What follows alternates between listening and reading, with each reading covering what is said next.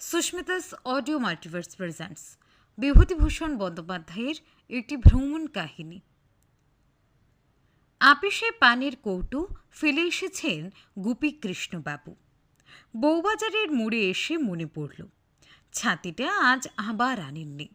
বৃষ্টি হবে না ধারণা ছিল, কিন্তু এখন দেখা যাচ্ছে ছাতি না এনে ভুল করেছেন। মেঘ জমে আছে সেন্ট্রাল এভিনিউর বড় বড় বাড়িগুলোর মাথায়। পানের কৌটো ফেলা চলে না। টেবিল থেকে কেউ উঠিয়ে নিয়ে যাবে। আবার আপিসে ফিরলেন। ইনচার্জবাবু তখনও কাজ করছেন একমনে, অথচ কেউ নেই ডিপার্টমেন্টে। খোসামুদে কোথাকার, মোরগ খেটে 150 টাকা মাইনের মতো কাজ দেখানো চাইতো সাহেবদের। নইলে তো যদি তাড়িয়ে দেয়, দিনকাল তো ভালো না। তাদের যে 50টি টাকা, সেই 50টি টাকা কেউ নেবে না, কেউ বাড়তি দেবেও না। এই যুদ্ধের বাজার চালানো যে কত দায় হয়ে উঠেছে সে বুঝে যে চালায়। 50টি টাকা মাইনে, 1 পয়সা উপরি নেই। ওভারটাইম খাটলে 1 টাকা দৈনিক পাওয়া যায় বটে, কিন্তু ওভারটাইম কদিন হয় মাসে? আপিস থেকে রেশন দেয় তাই রক্ষে, নইলে না খেয়ে মরতে হতো সপরিবারে। খিদে পেয়েছে বড়। মোড়ের ওই দোকানখানায় এবার পানের কৌটো নিতে আসবার সময় দেখে এসছেন বড় বড় কচুরি ভাজছে, বেশ বড় বড়। নিশ্চয়ই 4 পয়সায় একখানা। খেতে ইচ্ছে তো হয়, পয়সায় কুলোই কই।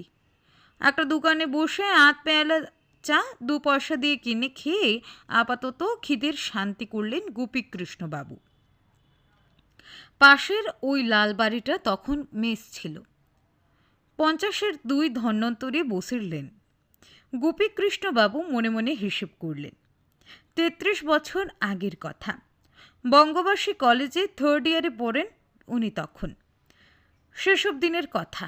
হায় রে হায়, সেই বিপিন, কানু, বিনোদবাবু, শীল, মতি, ক্যাংলা, শম্ভু, সুশোভন মৃত্তির কত বন্ধুত্ব, কত গলাগলি, কত ভাবের আদান প্রদান, কত বড় বড় আশা ছিল মনে। বোম্বেতে গিয়ে চাকরি করব, দেশের সঙ্গে সম্পর্ক রাখব না, সাহেব হয়ে যাব। আরেকটা বড় শখ ছিল বিলেতে যাবার। সেটা অবশ্যই তখনই একটু দুরাশার মতোই ছিল, তবুও নিতান্ত দুরাশা ছিল না। সম্মুখে বিস্তৃত জীবন আছে, কেন হবে না? হলেও তো হতে পারে। এখন কিন্তু তার আকাশ কুসুমত্ব যতটা ফুটে বেরিয়েছে, তখন ততটা হয়নি। শম্ভুনাথ চক্রবর্তী, এমবি, হোমিও, স্বর্ণপদক প্রাপ্ত, বিনামূল্যে সমাগত দরিদ্র রোগীগণের চিকিৎসা করেন। বউবাজারের মোড়ে একটা ছোট্ট ঘরে ডিসপেন্সারি করে বসে আছেন আজ বহু বছর। বিশেষ কিছু হয় বলে মনেও হয় না। গোপীকৃষ্ণবাবু মাঝে মাঝে আপিস ফেরত সেখানে বসে চা খান। চায়ের পয়সা বাঁচে। আজও গেলেন। শম্ভু ডাক্তারের ডাক্তারখানায় রুগীর ভিড় নেই, এই একটা সুবিধে। শম্ভু বসে বসে খবরের কাগজ পড়ছে। গোপীবাবুকে দেখে কাগজ রেখে বললেন, আরে এসো এসো, একটা খবর দেখেছো? জাপানিরা আবার 6 মাইল। আরে ভাই, ওসব রেখে দাও। নিজেরা মরছি নানান তালে, আবার পরের খবর রাখতে গেলে বাঁচি কেমন করে? চা খাওয়া ফিনিশ? না, বসো, চা নাই। কেন, স্টোভ কি হলো? পিন পাচ্ছি নে। স্টোভটার যে কি হয়েছে কাল থেকে। আচ্ছা, চা নাই। ও মধু! ডিসপেন্সারির চাকর মধু পাশের দোকান থেকে 2 পেয়ালা চা নিয়ে এলো ঘরের কেটলি নিয়ে। 2 পেয়ালা ভর্তি করে কেটলিতে একটু বাড়তি চা রইল, সেটুকু আবার পরে ঢেলে ঢেলে। চা খেতে খেতে শম্ভু ডাক্তার ও গোপীকৃষ্ণবাবু বিদেশ ভ্রমণের গল্প করেন। অর্থাৎ মানে ভ্রমণ করবার ইচ্ছে প্রকাশ করেন। করা উচিত বা করলে ভালো হয় সে কথা বলেন। এটা দুজনে প্রায়ই করে থাকেন। 2 বন্ধুরই খুব বেড়ানোর শখ, কিন্তু সংসার নিয়ে জড়িয়ে পড়েছেন। টাকা পয়সা কুলোয় না, কোথাও কখনো যাওয়া ঘটে না বলেই সুখ। শম্ভু ডাক্তার পশ্চিমে গিয়েছে মগরা পর্যন্ত, তাও অনেকটা লাগে। সেখানে ছিল মাসির বাড়ি। গোপীকৃষ্ণ তার চেয়ে একটু বেশি, বর্ধমান পর্যন্ত। দুই বন্ধুর পশ্চিম ভ্রমণের এই পর্যন্ত ইতি। তবে প্রতি বছর পুজোর আগে দুজনে বসে বিদেশ ভ্রমণের প্ল্যান আঁটেন নানা রকম। এবার কোথাও যাওয়া যাক এই বলে। এবার কোথাও যাওয়া যাক, বুঝলে? কত পয়সা তো কত দিকে খরচ হচ্ছে। টাকা 40 হলে একবার কাশি ঘুরে আসা হয়। তখন তর্ক বাঁধে দুজনে, কাশীধাম না গয়াধাম। অবশেষে সেদিন ব্যাপার মুলতবি থাকে। পরদিন আবার শুরু হয় আলোচনা। কি বলো, তাহলে ভাগলপুরে ঠিক করা যাক? পাহাড় কখনো দেখা হয়নি, ভাগলপুরে কি পাহাড় আছে? ঠিক সংবাদ দুজনের কেউ জানে না। এমনিভাবে পুজো এসে পড়ে। এই 1 মাসে বহু নাম উচ্চারিত হয় ভ্রমণ সম্পর্কে। জয়পুর, বৃন্দাবন ধাম, পেশোয়ার, কাশ্মীর থেকে শুরু করে দিল্লি, শিলং, এমনকি বীরভূম জেলার নলহাটি পর্যন্ত। শেষ পর্যন্ত কোনো বার কোথাও যাওয়া হয় না, বা যাওয়া হয়ে ঘটে না। শম্ভু ডাক্তারের 3 মাসের দোকান ভাড়া বাকি পড়তে বাড়িওয়ালা নালিশের ভয় দেখায়। গোপীকৃষ্ণবাবুর ছোট ছেলে টাইফয়েডে পড়ে, যায় সব ভেস্তে। বহু বৎসর ধরেই এমন চলছে, তবুও এরা ছাড়বার বা দমবার পাত্র নন। শ্রাবণ মাসের শেষ থেকে শুরু করে পুজোর সময় পর্যন্ত ভ্রমণের সম্বন্ধে আলোচনা এদের কামায়নি। এতে তো পয়সা খরচ হয় না, অথচ টাইম টেবিল ঘেটে 5টা দূরের নাম পড়ে বেশ আনন্দ পাওয়া যায়। আজও গোপীকৃষ্ণবাবু চা খেতে খেতে বললেন, আর মাসখানেক বাকি পুজোর, এবার কিন্তু কোথাও যাওয়া নিতান্ত দরকার। ঠিক করে ফেলা যাক আজই, বুঝলে? টাইম টেবিল আছে তো? টাইম টেবিল তৈরি? যারা কখনো কোথাও বেড়ায় না তাদের টেবিলে সর্বদা টাইম টেবিল মজুদ থাকে। শম্ভু ডাক্তার খাপ থেকে চশমা খুলে টাইম টেবিলের পাতা উল্টান। আচ্ছা, চিত্রকূট নাকি খুব ভালো, তুমি জানো কিছু? এক অন্ধ আরেক অন্ধকে পথ দেখায়। গোপীকৃষ্ণবাবু বলেন, হ্যাঁ, তা বেশ ভালো জায়গা। চলো যাওয়া যাক। ভাড়াটা দেখো হে, এবার ভাই আর অমত করো না। চলো চিত্রকূটে যাওয়া যাক। গোপীকৃষ্ণবাবু ন্যায্য পক্ষেই বলতে পারতেন তাদের মতামতের অভাবেই যে এতকাল ভ্রমণ বন্ধ আছে এ কথা সত্যি নয়, কিন্তু তিনি কোনো প্রতিবাদ করেন না। চিত্রকূটের ভাড়া বেরোলো টাইম টেবিল খুঁজে। শম্ভু ডাক্তার বললেন, ওর উপর ধরো আরও 20 টাকা, খাওয়া দাওয়া, পান, যুদ্ধের বাজার, বুঝলে না? সে তো বটেই। তাহলে এবার আর অমত করো না, এখন থেকে রেডি হওয়া যাক। কি বলো, পুজো তো এলো। দুই বন্ধুতে আরও ঘন্টা 2 বসে ভ্রমণের নানা পরামর্শ করেন। বাড়ি থেকে খাবার তৈরি করে নেওয়া উচিত, সব জিনিস আঁকড়া। বেডিং কি সঙ্গে নেওয়া যায়? শম্ভু ডাক্তার মুখে মুখে বলতে গেলে এই লাগলেন, ধরো একটা মশারি, বালিশ। গোপীকৃষ্ণবাবু অধীরভাবে বললেন, আহা আহা, মুখে কেন, কাগজে লিখে ফেলো না। কাজ পাকা করা দরকার। মশারি, বালিশ, তারপর গায়ে দেবার কম্বল। কম্বল, সুজনি। একজন লোক ফুটপাতে দাঁড়িয়ে বললে, এটা কি ডাক্তারখানা?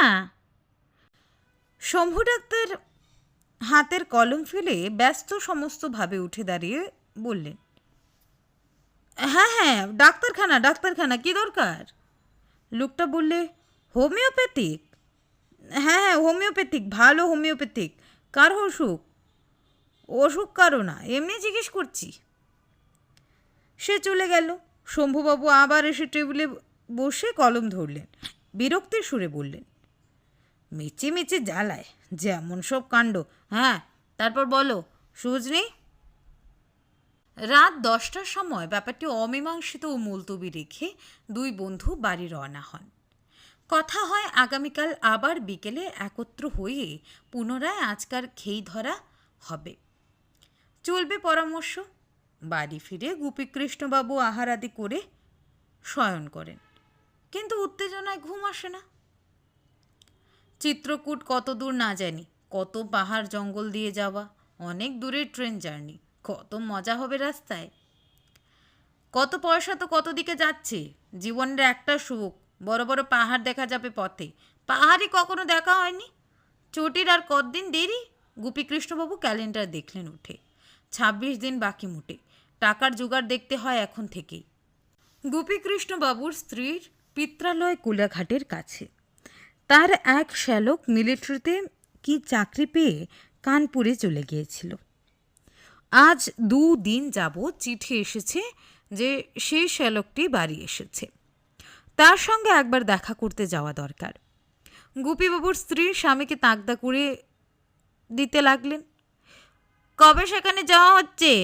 এবার পুজোর সময় কোলাঘাটে নিয়ে চলো। কতদিন তো যাওয়া হয়নি, ভাইটার সঙ্গেও দেখা হবে। গোপীকৃষ্ণবাবু বিরক্ত হয়ে বললেন, হ্যাঁ যাচ্ছি এখন তোমার সেই অজগণ্ড মুখ্য ভাইয়ের সঙ্গে দেখা করতে, সেই ধপধপি জায়গায়। গোপীকৃষ্ণবাবুর স্ত্রী ঝাঁঝালো সুরে বলে উঠলেন, হোক গণ্ডমুখ্য, তোমার চেয়ে আর তোমার সেই হোমিওপ্যাথি জল বেচার ডাক্তার বন্ধুর চেয়ে অনেক ভালো। সে তবু আছে কানপুরে, ১৫০ টাকা রোজগার করছে। তুমি বিয়ে পাশ করে ৬০ টাকায় চালাচ্ছ। আছে আমার সেই বিয়ে হয়ে পর্যন্ত। বেলুরের ওদিকে কখনো মারালে না দুজনে। তোমাদের চেয়ে সে অনেক ভালো। মেয়ে মানুষের সঙ্গে তর্ক করে লাভ নেই। গোপীকৃষ্ণবাবু চুপ করে শুয়ে পড়লেন। পরদিন আবার আপিস থেকে ফিরবার পথে তিনি গেলেন শম্ভু ডাক্তারের ওখানে। চা পানের পর আবার দুজনে নিবিড় পরামর্শ শুরু। কত টাকা সঙ্গে নিয়ে যাওয়া যায় তার একটা নিট হিসেব করে ফেলতে হবে। শম্ভু ডাক্তার বললেন, আশু সান্ডেলকাল এসেছিল তুমি যাওয়ার পরে। তার মুখে শুনলাম পথে নিমিয়াঘাট বলে একটা স্টেশনে নেমে পরেশনাথ পাহাড়ে উঠা যায়। পরেশনাথ পাহাড়ে? হ্যাঁ, highest hill on the Bengal plain, সেটা দেখা। হ্যাঁ হ্যাঁ, খুব ভালো হবে তো, তাই যাওয়া যাবে। টাকাটার হিসেব ধরো এবার। যাতায়াতে ধরো রেল ভাড়া, খোরাকি, টুকিটাকি জিনিসপত্র কেনা। কিনতে গেলে অনেক কিছু কেনা যায়, জিনিস কেনা বাদ দাও, শুধু নিট খরচ যেটা। এইভাবে সেদিনও কেটে গেল। পরদিন আবার পরামর্শ সভা বসে। এদিন কথা উঠে কি কি জিনিস সঙ্গে নেওয়া যাবে। মশারি নেওয়া যাবে কি না তর্কের সেদিন কোনো মীমাংসা হলো না। শম্ভু ডাক্তার বললেন, যেখানেই যাও মশা থাক না থাক মশারির সঙ্গে থাকাই ভালো। মশায় কামড়ালেই ম্যালেরিয়া হয়, ফাইলেরিয়া হয়, আরও কত কি। মশারি নেওয়াটা এসেনশিয়াল। গোপীবাবুর মতে অতদূর পশ্চিম পাহাড়ের দেশে মশা ফসা নেই। এ কি আর দেশের খান্ডুবা ভরা পারাগা? মিছে মিছে ভার বোঝা বাড়ানো, ট্রাভেল লাইট। এক গাদা বুচকা বুচকি ঘাড়ে করে বেড়ানোর কোনো মানে হয় না। রাত ১০টা। দুই বন্ধু সভা ভঙ্গ করে সেদিনের মতো যে যার বাড়ি চলে গেলেন। আবার পরদিন দুজনে মিললেন। আজকার তর্কের বিষয় খাবার জিনিস কী কী সঙ্গে নেওয়া যাবে। বাড়িতে লুচি পরোটা করে নেওয়াই ভালো। খাবার জিনিসের আগুন দর, ১ টাকার খাবার খেলে পেট ভরে না। কী কী খাবার নেওয়া যায়? লুচি না পরোটা? আলুর তরকারি নেওয়ার দরকার নেই, বড্ড দাম আলুর। কুমড়োর ছক্কা আর কচুর ঘন্ট দিব্যি তরকারি। আরও কয়েকদিন এইভাবে কাটবার পরে পুজো নিকটে এসে পড়ল। গোপীকৃষ্ণবাবুর মনে আনন্দ আর ধরে না। স্ত্রীকে বললেন, সব ঠিক যেন থাকে, ছোট মশারিটা সেলাই করে দেও, আর একটা ছোট ঘটি। দিন ৭ পরে পুজোর ছুটি হবে। গোপীকৃষ্ণবাবুর ডাক পড়ল একদিন বড়বাবুর ঘরে। বড়বাবু বললেন, একটা কথা বলে, পুজোর বোনাসের লিস্ট হয়েছে, তাতে কিন্তু আপনার নাম নেই। আগে কেন?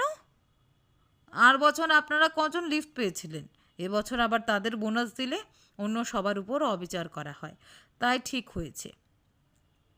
স্যার, এ কেমন যুক্তি হলো? কাজে সন্তুষ্ট হয়েই তো আপনারা লিফট দিয়েছিলেন। এবছর তবে এমন কি অপরাধ হলো আমাদের? বাঙালির আপিস, যা মনিবের রায় সে অনুসারেই কাজ হবে। মনিব যা ভালো বুঝেন, যুক্তি টুক্তি এখানে খাটবে না। হলো তাই। অন্য সকলে ১.৫ মাসের মাইনে বোনাস পেয়ে গেল। গোপীকৃষ্ণবাবুর অদৃষ্টে জুটল শুধু মাইনেটি। সেই দিনই গোপীবাবু অগ্রিম কিছু টাকার দরখাস্ত করলেন। মঞ্জুর হলো মাত্র ১৫টি টাকা, তাও বজায় রাখা গেল না। দেশের বাড়ি থেকে চিঠি এসে হাজির। বৃদ্ধা পিসিমা লিখেছেন, চৌকিদারি ট্যাক্স বাকি পড়েছে অনেক দিনের, এবার না দিলে ঘরবাড়ি ক্রোক হবে।